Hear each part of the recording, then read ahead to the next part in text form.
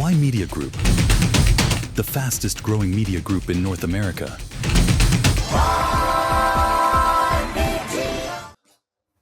Hello everyone, my name is Ymedia. I'm the group editor at Ymedia, and we are taking you live at the G7 summit in Evian, France. We have our colleague from Ymedia, Shubi, live with us. Shubi, a warm welcome on Ymedia. How are you?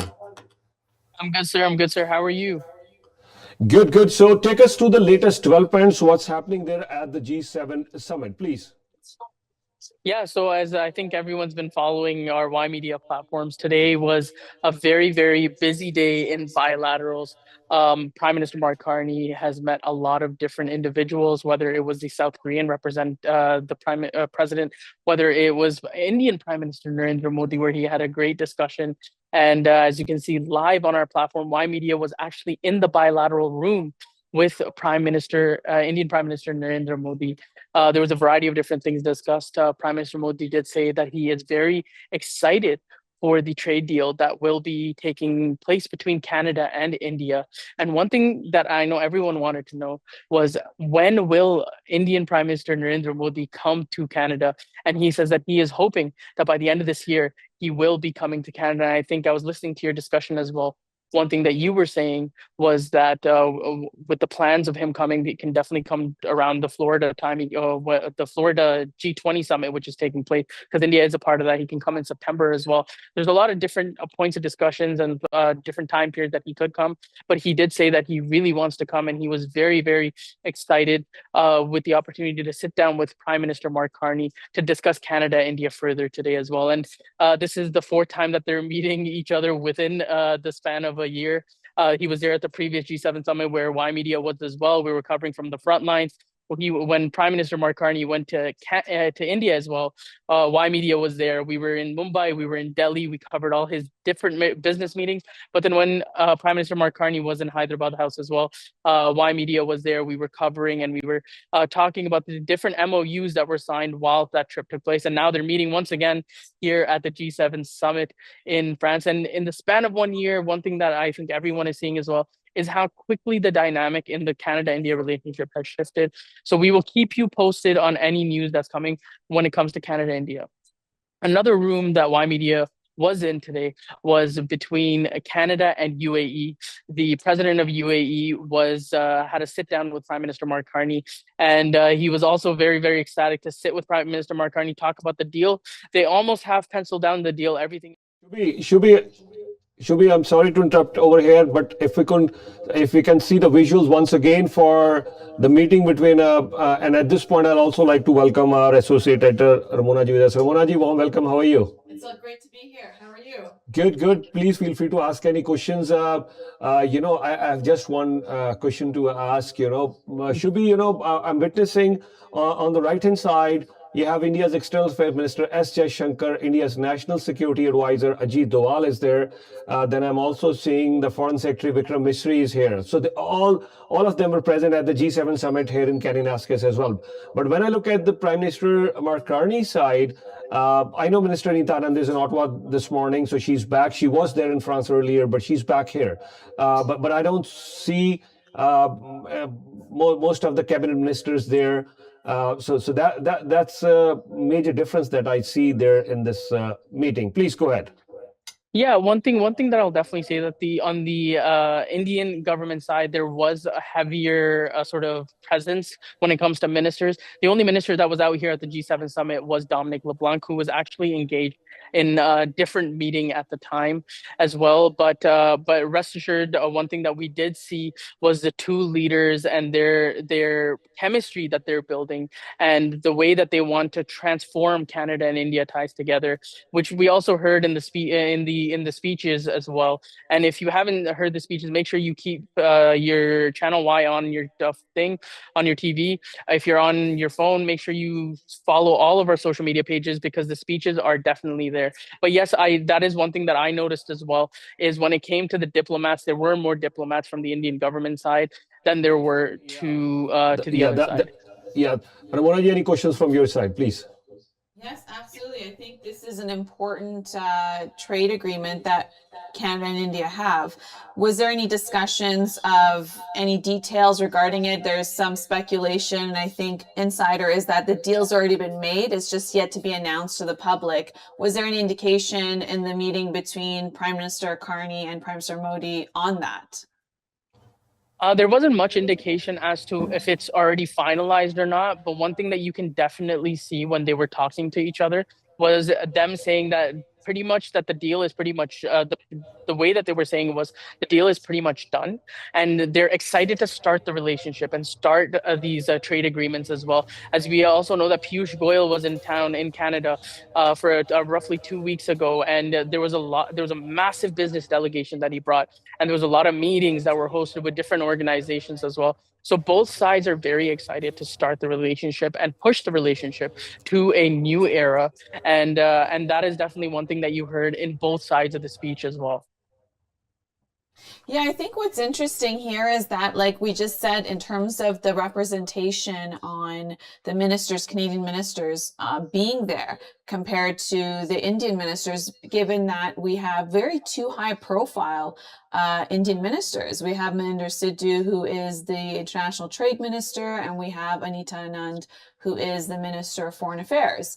And so it's quite interesting not to have them there as representation when India is showing up with a bigger delegation attending the G7. What are your thoughts on it?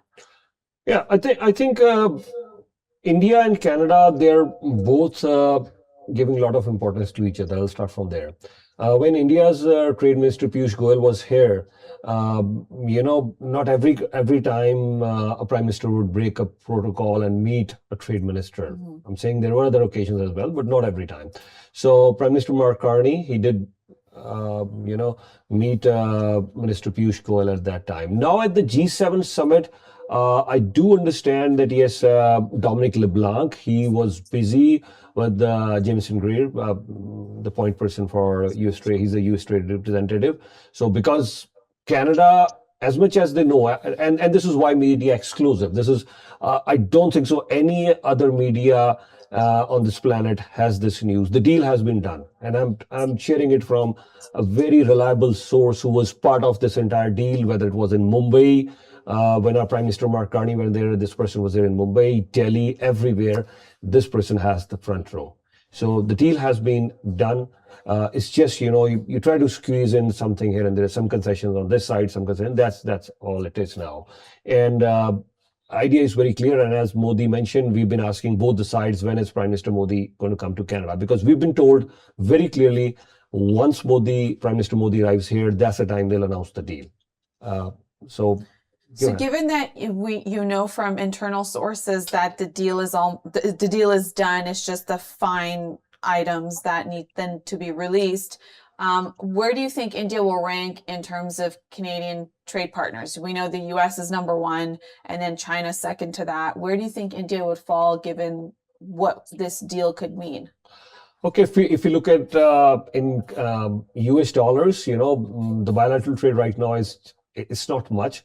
It's just $50 billion, and the target is $70 billion. Now, of course, the uranium deal has been done, and I do hear India planning to use Canada as one of the major crude oil suppliers as well.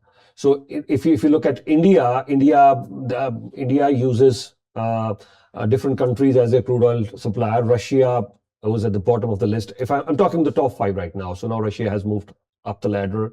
Then you have UAE, then you have Iraq. India was sourcing some from Iran, not that much anymore. But I think if Canada can become one of the major crude oil suppliers, we discussed uranium, we discussed natural gas as well. But if crude oil, I think it'll be good for both the countries, because India also needs to diversify its portfolio. Do you think there'll be a trade deficit then, in terms of using President Trump's terms, that then the Canadian exports would be larger because of crude?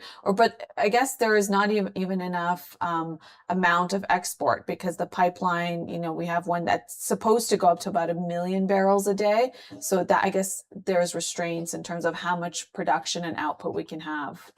Trade deficit, with due respect, I'm saying would be the least of the concern for both the countries. First things first, I think they want to increase the bilateral trade right now, because trade deficit. If you look at Canada, Canada already has a huge surplus in terms of the bilateral trade that we do with the US. Of course, you're right, crude oil being a major reason for Yes.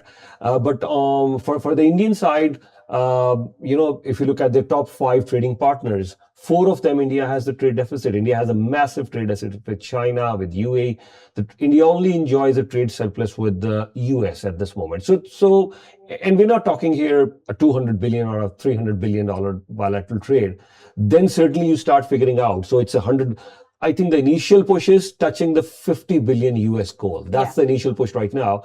Of course, I mean, if the trade is by 2030, if the bilateral trade is 50 billion, so in a 50 billion bilateral trade, 2 billion, 5 billion will be a concern, but not as much. Yeah, I mean, the reason I bring that up is because Canada under Prime Minister Carney is trying to diversify its trading partners, right? And when 70% of its exports go to the United States, and now we'll get into the hot mic moment between President Trump and Prime Minister Mark Carney when it comes to Chinese EVs, but that's one of the sticking points when it comes to the Kuzma review. So I think the question being is that, since our biggest goal in life right now, politically, is to have more trading partners where we can send Canadian exports, right? Because 70% goes to the United States, 90% of Canadian oil goes to the United States. So how do we diversify that, right? So we would hope that we would have, a trade deal that, of course, it would equal, but then if there's a deficit, meaning Canadians can send more exports elsewhere. And now, given that India is getting such a big sort of PR move on this whole trade deal, is just wondering, where does it fall in the entire trade pact, and how much of this diversification can be pinned with this agreement with India, just to understand what does it mean for Canadians and Canadian jobs?